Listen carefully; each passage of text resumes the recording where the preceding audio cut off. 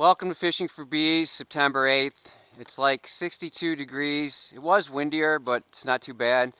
Little overcast, sun's out at this moment. So now we're up at the production yard. We're going to start putting Formic Pro on. A little bit about the channel. If you're new, we've never purchased bees. So the nuke yard in a previous video was 6 colonies.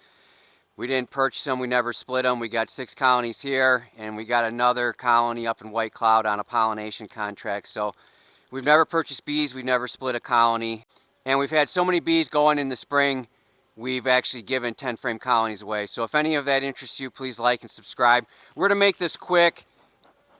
I can see that the bees are on Elena, and they're on me. So Formic Pro, the reason why I use Formic Pro before the oxalic acid is this kills the mites under the cells as well as the mites on the bees. So my first wave of attack, I want it to be strong. I want to wipe out the mites that are on the bees, and I want to wipe out the mites that are soon to emerge, which will be a population explosion. So if you use oxalic acid and you knock off the mites on the bees, the next wave of mites, because they reproduce at such a rate, 3 times per adult, don't quote me on it, you get the point. They explode. So my first wave of attack is to knock out the ones underneath the cell, and then the bonus is I also get the ones on the bees currently as well. So the adult mites and the baby mites. As I've always said, do your hottest colony last. That's why I put this stuff on here. This is my hottest colony. This reminds me, don't open this one till the end. So I mentioned in my other video that I'm not seeing indication of a significant nectar flow from the goldenrod. I'm seeing good pollen going in, and Elena and I were talking last night when we were in the nuke yard, we couldn't even smell the goldenrod. Last year, when you were 25 yards away from that yard, and it only had 3 colonies at the time, now it has 6, 25 yards away from it you could smell the goldenrod. I'm not smelling it this year. They say that the goldenrod honey has a interesting smell, let's just put it that way. So I don't think the pollen necessarily has the smell, it's the nectar that has the smell. And there's a little bit in this yard, but not like what you would suspect. Be mindful of that if you think you're building weight and feeding your bees for the winter with the goldenrod flow. You may not be doing as much as you think. No need to take off the lid or the inner cover. These are a little bit different design. These are bought from a guy locally. They're not a big box bee store design, so the inner covers aren't notched. So I'm going to show you what I do to add ventilation. And before I get ahead of myself, I need to take all these entrances out now before I start the firestorm and I'm trying to pop out entrances if bees are angry trying to get out of the colony. One of the things about these entrances, I found a piece of scrap that was a piece of molding that's the perfect size to make these entrances, and I have all various sizes. Some are shorter and longer than others depending on what you want to give them as far as space. So go to the hardware store, measure it, you'll find something close enough. I noticed some of the entrance reducers are almost $3. That's pretty ridiculous. Alright, so I'm glad I remembered to do that. Get those entrances off first. The other thing, while you're here, before you make them mad, test your weights. That one feels pretty good. This top box is kind of light. I'll have to go back and check the notes. I don't think this one ever made it into honey production. So you put it right in the center. Still some drones in there. So as I said, these inner covers are a little bit different design. They don't have a notch. There's not much ventilation happening up here other than gaps, and you'll see when I lift this lid. I hope they don't come pouring out.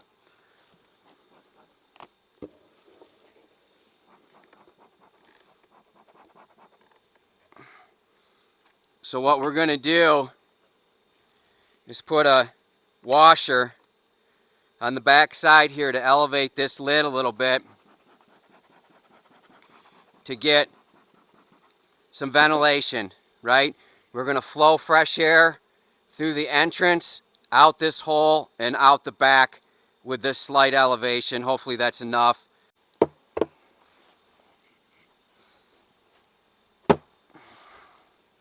I would say if you were doing the double dose, which I do not do, so 2 pads at the same time for 14 days, that wouldn't be enough ventilation.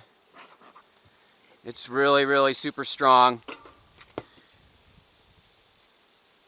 So we're just going to keep going. Again, test our weight. Holy Moses. That's a good one. These bees have only gotten 1 oxalic acid treatment, 2 at the most, but I think it was only 1 in the spring.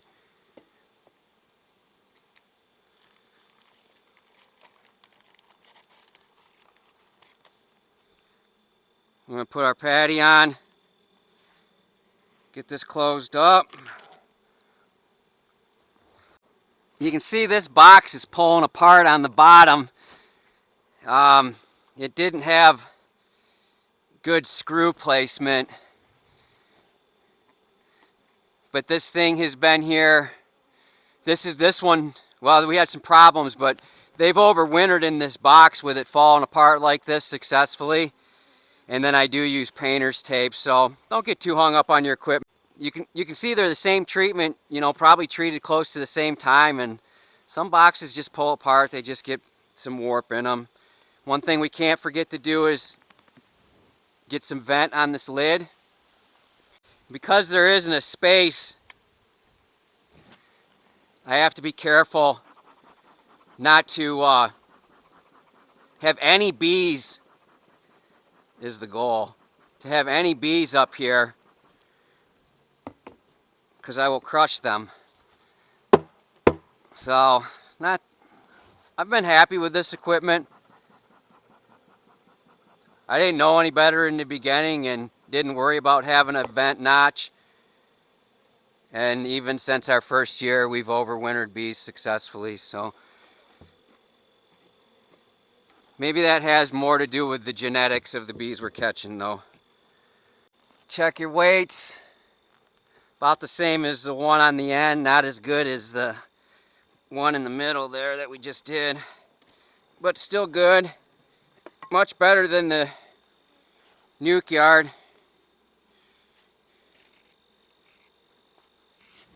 These are doing great. Really strong.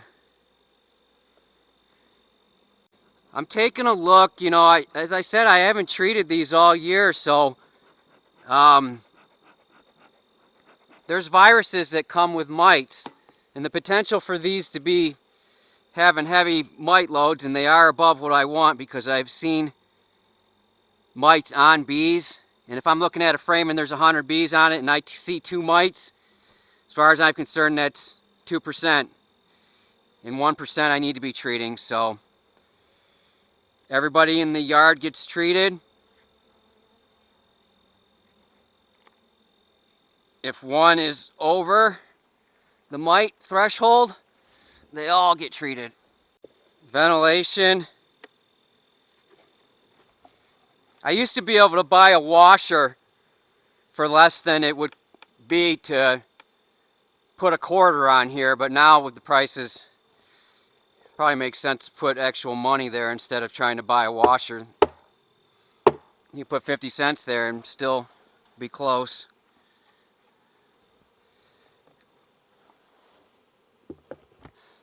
So ventilation is key, but here's the problem. We're in yellow jacket season. The yellow jackets are vicious. Open entrances, you know, there's a lot of risk involved in this, but you can't close the entrance because you got the treatment on. And I know that that can be really, really stressful. For us, it's just part of doing business, and again, all of these are freebies. If one gets robbed out or something happens, we don't really fret about it too much. We didn't lose $200. We caught them and we put labor into them, but other than that, we're not losing much. So we take the risk. I don't know what to tell you if you have your Formic Pro on and you're getting robbed out. I guess the safest thing so that you don't affect the ventilation too much is to throw a sheet over it, as they say, like a wet sheet. But I try and keep it as wide out as I can so that some air could get underneath there. That would be really unfortunate if we end up in a yellow jacket robbing situation with this Formic on.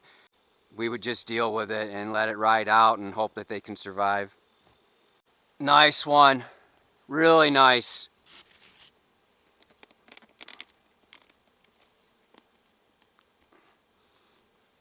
That is why I pull the honey supers off right after goldenrod starts. They stay on a little bit because I don't want to, my goal is to not feed it all. Wow, look at this one.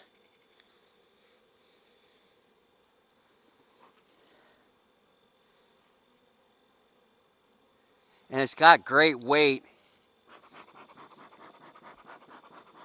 To be brutally honest, what needs to start happening is bees need to start dying. You start carrying these huge populations, and even though these weights are good right now, they might not be good mid-October, and the temperature ranges might not be good to feed them liquid, and then you're stuck in a situation where you're going to have to put some type of fondant or, you know, sugar cake or something and hope you get through it. So weights are good now. That doesn't mean they'll be good in a month. There's a ton of bees in here and they are consuming and not replenishing as quick. So a little too much standing and talking irritated them a little bit with them open, but that's an impressive colony there.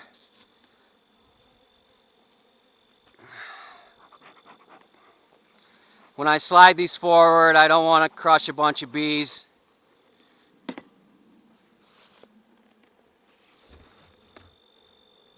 Again, ventilation.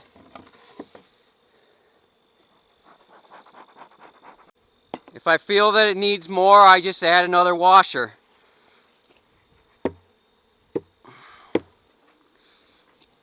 But it does have to be strong enough to do its job, so.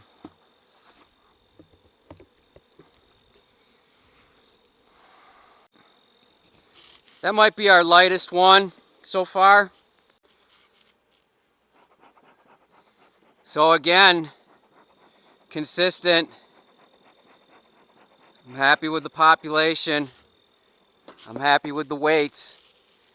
And we only got one more to check, so really good. If you're new to the channel, you know, we don't split because we want to capture the spring nectar flow. It's my favorite and I focus on it hard, so we don't split. We just keep knocking back the urge to swarm to the point that we can get honey supers on, and then all that added space and the time has passed for them to have the desire to swarm, we can go into the nectar flow. The reason why I'm bringing that up is that means that, except down there we had some problems at the beginning of the year, you can check out the videos, but these 4 in a row here do not have a new queen this year. I don't believe any of these swarmed. One of the ones at the end swarmed, and that started our downfall of not being able to get any of those into honey production. But none of these swarmed. None of these were split. There's potential for queens to be from last year.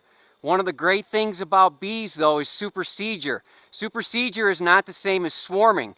Supersedure, they're making a queen to replace the other queen, not making a queen to spread genetics and swarm. So the bees don't leave with a supersedure. And this is the season, a couple weeks ago, was more of the season for supersedure.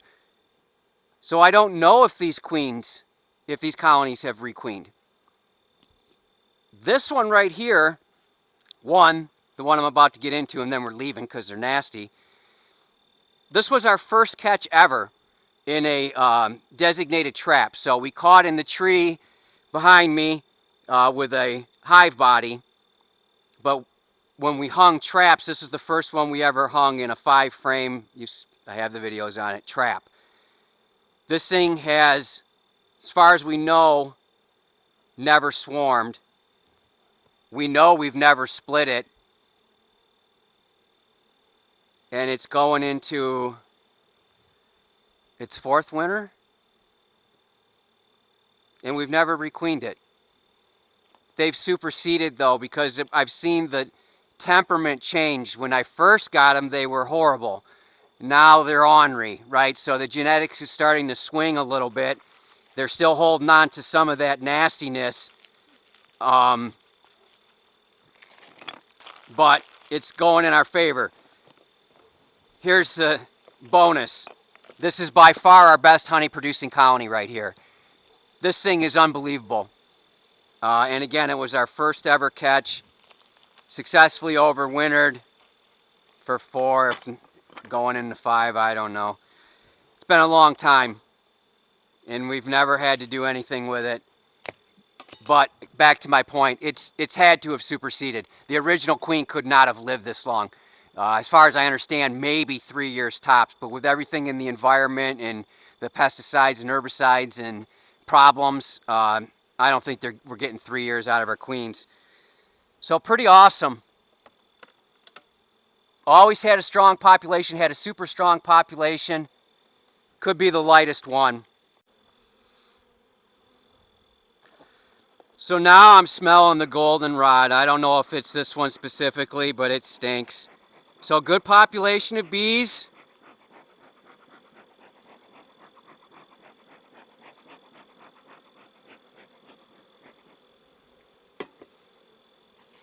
If you take anything away, do your nastiest colony last.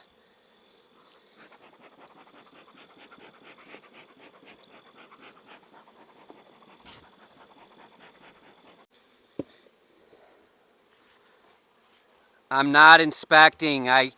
You know, and in all honesty, I could have thrown Formic Pro when I pulled all the honey supers. Anytime I've tried to do too much in one visit, I've gotten lit up and regretted it. It doesn't always work out that way, that you can do one task at a time, but especially with this Formic Pro, nothing else. I'm not pulling frames. I really have evaluated everything I need to evaluate on these colonies at this point in their life. The weights and the populations are good. There's not much more I need to know right now. So now we need to wait out the 10 days. We're going to come in and pull that one and slide another one in. Wait 10 days. So that puts us out to September 29th before all the Formic is done. Populations are really, really strong. One of the benefits, and I think why Formic is so effective, is it causes a brood break. So as we talked about with the mites underneath the cells, with a brood break, there's no cells for the mites to reproduce in because she stopped laying. Personally, I believe that's why a lot of these products are successful in the treatment of mites, is because of that brood break. And then also, obviously, you know, the gaseous smells and the things that'll kill the mites. But that brood break is really super important. And as I said earlier in this video, bees need to die. We need to lose some bees because they're just going to eat through everything that I have here. We're not collecting honey anymore in this yard. It's full-on winter preparation, and I'm trying not to feed. So thanks for watching. I hope your bees are well.